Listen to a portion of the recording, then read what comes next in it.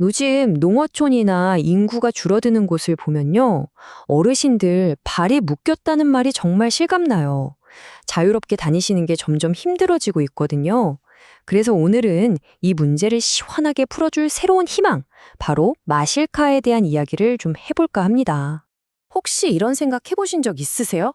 우리 부모님 댁에 잘 다니던 버스가 어느 날 갑자기 없어진 거예요. 이제 연세도 있으셔서 운전도 못 하시는데 당장 병원에는 어떻게 가시지? 이게 그냥 남의 얘기가 아니라 지금 많은 지역에서 벌어지고 있는 진짜 현실입니다. 특히 우리 부모님 세대들은요, 정말 꼼짝없이 고립되고 마는 거죠. 자, 근데 이게 그냥 버스 하나 없어지고 끝나는 그런 단순한 문제가 아니에요. 굉장히 심각한, 악순환의 고리가 있거든요. 이걸 바로 이동절벽이라고 부릅니다. 이 악순환 구조 한번 같이 볼까요? 자, 일단 인구가 줄고 나이 드신 분들이 많아지니까 당연히 버스 타는 사람이 줄겠죠? 그럼 버스 회사는 돈이 안 되니까 적자가 나고 결국 노선을 줄이거나 아예 없애버려요. 그럼 어떻게 될까요? 운전 못하시는 어르신들은 발이 완전히 묶이는 겁니다.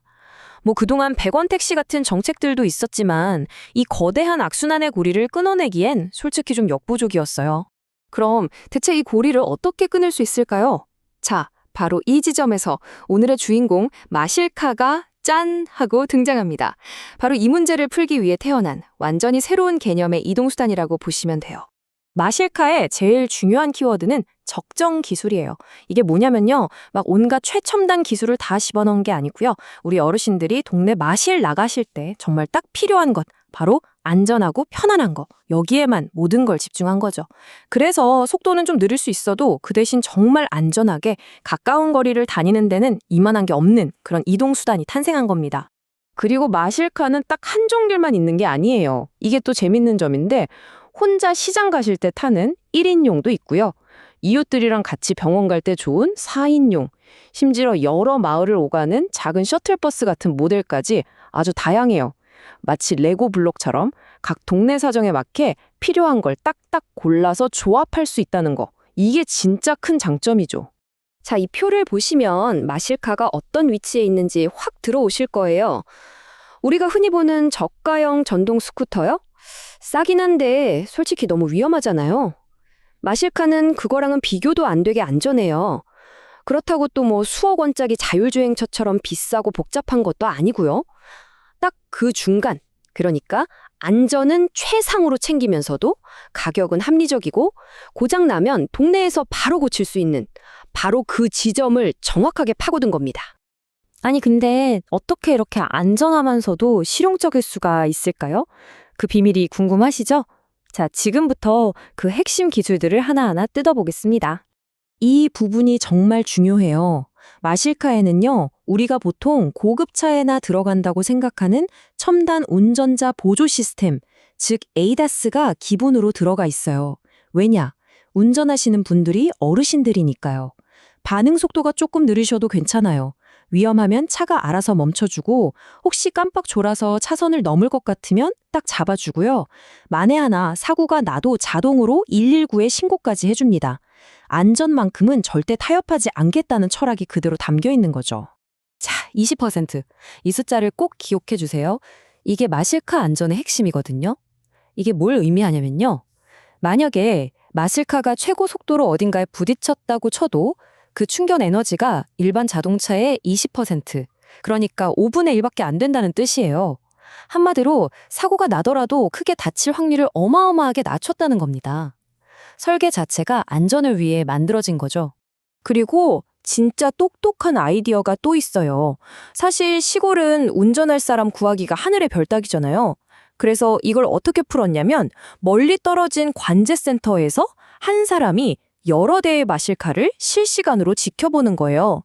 그러다가 운전하시던 어르신이 갑자기 몸이 안 좋으시거나 뭐 돌발 상황이 생기잖아요. 그럼 관제사가 바로 원격으로 운전 권한을 넘겨받아서 차를 안전한 곳에 세워주는 겁니다. 와, 정말 기술로 지역의 어려운 문제를 푸는 거죠. 이 전체적인 시스템을 보면 꼭 우리 몸의 혈관 같아요. 읍내에 있는 큰 버스 정류장이 대동맥이라면 마실카는 그 대동맥까지 피를 보내주는 모세혈관 역할을 하는 거예요. 버스가 못 들어가는 구석구석 모든 마을까지 이 마실카가 실핏줄처럼 뻗어나가서 어르신들을 안전하게 허브까지 모셔다 드리는 거죠. 이렇게 끊어졌던 대중교통망이 다시 이어지고 온몸에 피가 도는 것처럼 지역이 활기를 되찾게 되는 겁니다. 자, 그런데 이렇게 좋은 아이디어도 막상 현실을 적용하려고 하니까 아주 커다란 벽에 딱 부딪혔습니다. 그게 뭘까요? 바로 법이었습니다. 기존의 낡은 법규들이 이런 새로운 걸 전혀 예상하지 못했던 거죠. 문제의 핵심은 딱 이겁니다. 법적으로 마실카가 자동차도 아니고 오토바이도 아니고 도대체 뭔지 규정이 안 되어 있었던 거예요. 완전 유령 같은 존재였던 거죠. 그러니까 합법적으로 도로를 달리게 해줄 방법, 안전 기준이나 인증 절차 같은 게 아예 없었던 겁니다. 정말 답답한 상황이었죠. 그래서 이 말도 안 되는 상황을 풀기 위해서 정말 어벤져스 같은 팀이 꾸려졌습니다. 이름하여 마실카 포럼. 여기에는요, 국토부나 행안부 같은 정부 부처는 물론이고 각 지역 지자체, 그리고 기술을 가진 민간 기업이랑 연구소까지 말 그대로 모두가 팔을 걷어붙이고 나섰어요. 규제 샌드박스라는 제도를 활용해서 일단 실제 도로에서 달려보면서 안전하다는 걸 증명하고 마실카를 위한 새로운 법과 제도를 다 같이 만들어가고 있는 중입니다. 자, 이제 시야를 조금 더 넓혀볼게요. 사실 이 마실카 프로젝트는요, 그냥 차 한 대 만들어서 파는 그런 단순한 얘기가 절대 아닙니다. 이건 아예 지역사회 전체를 살리는 새로운 모빌리티 생태계를 만들겠다는 훨씬 더 큰 그림이에요. 이 프로젝트가 진짜로 꿈꾸는 건 이거예요. 연구개발하고 법을 만드는 것부터 시작해서 마실카를 바로 그 지역에서 만들고 또 고치고 운영까지 다 하는 거죠. 그럼 어떻게 될까요?